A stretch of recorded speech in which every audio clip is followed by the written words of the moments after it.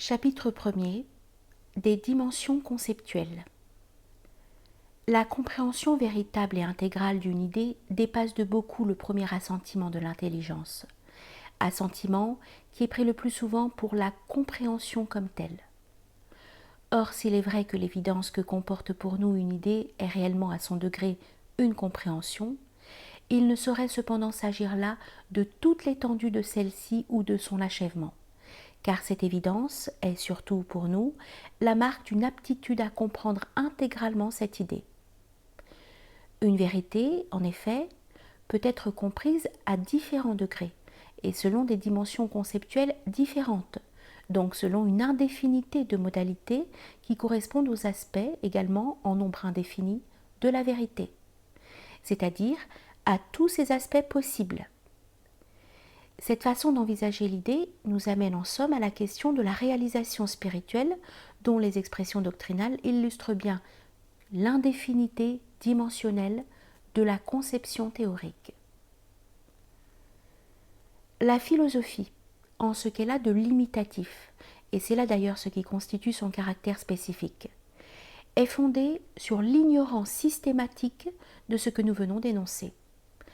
En d'autres termes, elle ignore ce qui serait sa propre négation. Aussi n'opère-t-elle qu'avec des sortes de schémas mentaux qu'elle veut absolument avec sa prétention à l'universalité, alors qu'ils ne sont, au point de vue de la réalisation spirituelle, qu'autant d'objets simplement virtuels ou potentiels inutilisés, du moins dans la mesure où il s'agit d'idées vraies. Mais lorsqu'il n'en est pas ainsi, comme c'est à peu près généralement le cas dans la philosophie moderne, ces schémas se réduisent à des artifices inutilisables, au point de vue spéculatif, donc dépourvus de toute valeur réelle. Quant aux idées vraies,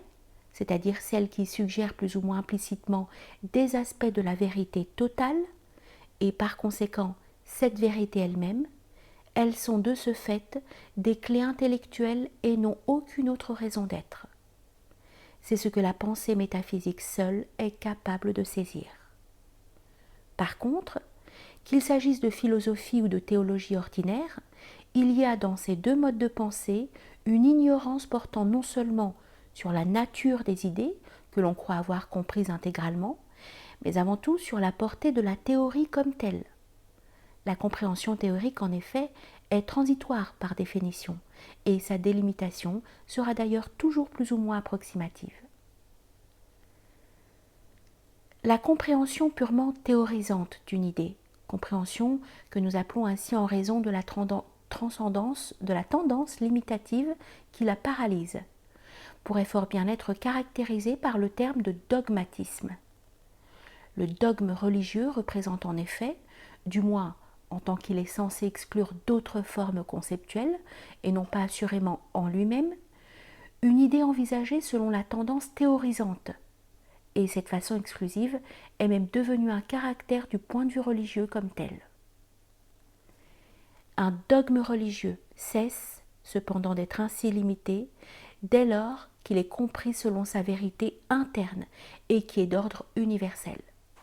Et c'est là ce qui a lieu dans tout ésotérisme. D'autre part, dans cet ésotérisme même, comme dans toute doctrine métaphysique, les idées qui y sont formulées peuvent à leur tour être comprises selon la tendance dogmatisante ou théorisante, et nous sommes alors en présence d'un cas tout à fait analogue à celui du dogmatisme religieux dont nous venons de parler. Il nous faut encore insister à ce propos sur ce que le dogme religieux n'est nullement un dogme en lui-même, mais qu'il l'est uniquement par le fait d'être envisagé comme tel, par une sorte de confusion de l'idée avec la forme qu'elle a revêtue, et que d'autre part, la dogmatisation extérieure de vérité universelle est parfaitement justifiée, vu que ces vérités ou idées, devant être le fondement d'une tradition, doivent être assimilables par tous à un degré quelconque. Le dogmatisme, lui, ne consiste pas en la simple énonciation d'une idée, c'est-à-dire en le fait de donner une forme à une intuition spirituelle, mais bien en une interprétation qui, au lieu de rejoindre la vérité informelle et totale, tout en partant de l'une des formes de celle-ci, ne fait en quelque sorte que paralyser cette forme, en niant ses potentialités intellectuelles et en lui attribuant un caractère absolu que seule la vérité informelle et totale peut avoir. Le dogmatisme se révèle non seulement par son inaptitude à concevoir l'illimitation interne ou implicite du symbole, c'est-à-dire son universalité qui résout toutes les oppositions extérieures, mais aussi par son incapacité de reconnaître, quand il est en présence de deux vérités apparemment contradictoires, le lien interne qu'elles affirment implicitement, lien qui en fait des aspects complémentaires d'une seule et même vérité. On pourrait aussi s'exprimer ainsi. Celui qui participe à la connaissance universelle envisagera deux vérités apparemment contradictoires, comme il considérerait deux points situés sur un seul et même cercle, qui les relie par sa continuité et les réduit ainsi à l'unité. Dans la mesure où ces points seront éloignés l'un de l'autre, donc opposés l'un à l'autre, il y aura contradiction. Et celle-ci sera portée à son maximum lorsque les points seront situés respectivement aux deux extrémités d'un diamètre de la circonférence.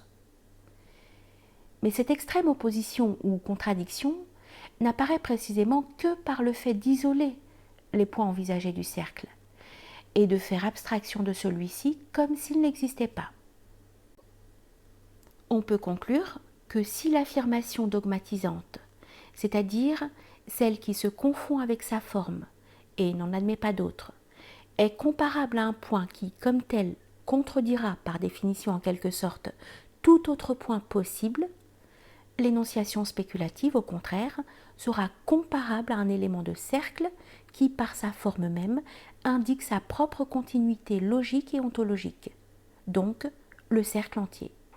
ou, par transposition analogique, la vérité entière. Cette comparaison traduira peut-être le mieux la différence qui sépare l'affirmation dogmatisante de l'énonciation spéculative. La contradiction extérieure et voulue des énonciations spéculatives peut apparaître, cela va de soi, non seulement dans une seule forme logiquement paradoxale, telle que l'aham brahmasmi, je suis Brahma, védique, soit la définition védantine du yogi, ou l'anal haq, je suis la vérité, alagien, ou encore les paroles du Christ concernant sa divinité, mais à plus forte raison encore entre des formulations différentes dont chacune peut être logiquement homogène en elle-même. Ce cas se produit dans toutes les écritures sacrées, et notamment dans le Coran. Rappelons seulement à cet égard la contradiction apparente entre les affirmations de la prédestination et celles du libre arbitre, affirmations qui ne sont contraires qu'en tant qu'elles s'expriment respectivement des aspects opposés d'une seule et même réalité.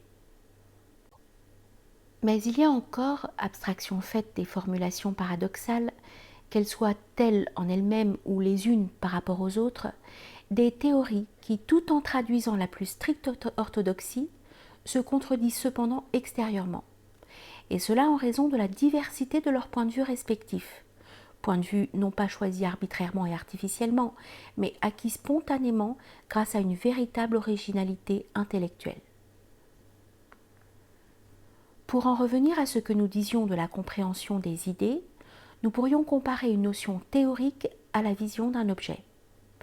De même que cette vision ne relève pas tous les aspects possibles, c'est-à-dire en somme la nature intégrale de l'objet dont la parfaite connaissance ne serait autre que l'identité avec lui, de même, une notion théorique ne répond pas elle-même à la vérité intégrale, dont elle ne suggère forcément qu'un aspect, essentiel ou non. L'erreur, elle, correspond dans cet exemple à une vision inadéquate de l'objet, tandis que la conception dogmatisante serait comparable à la vision exclusive d'un seul aspect de cet objet, vision qui supposerait l'immobilité du sujet voyant. Quant à la conception spéculative, donc intellectuellement illimitée, elle serait ici comparable à l'ensemble indéfini des différentes visions de l'objet envisagé. Vision qui présupposerait la faculté de déplacement ou de changement de point de vue du sujet, donc un certain mode d'identité avec les dimensions de l'espace, qui, elle, révèle précisément la nature intégrale de l'objet, du moins, sous le rapport de la forme qui seule est en cause dans notre exemple. Le mouvement dans l'espace est en effet une participation active aux possibilités de celui-ci, alors que l'extension statique dans l'espace, la forme de notre corps par exemple, est une participation passive à ces mêmes possibilités. De ces considérations, on peut aisément passer à un plan supérieur et parler alors d'un espace intellectuel,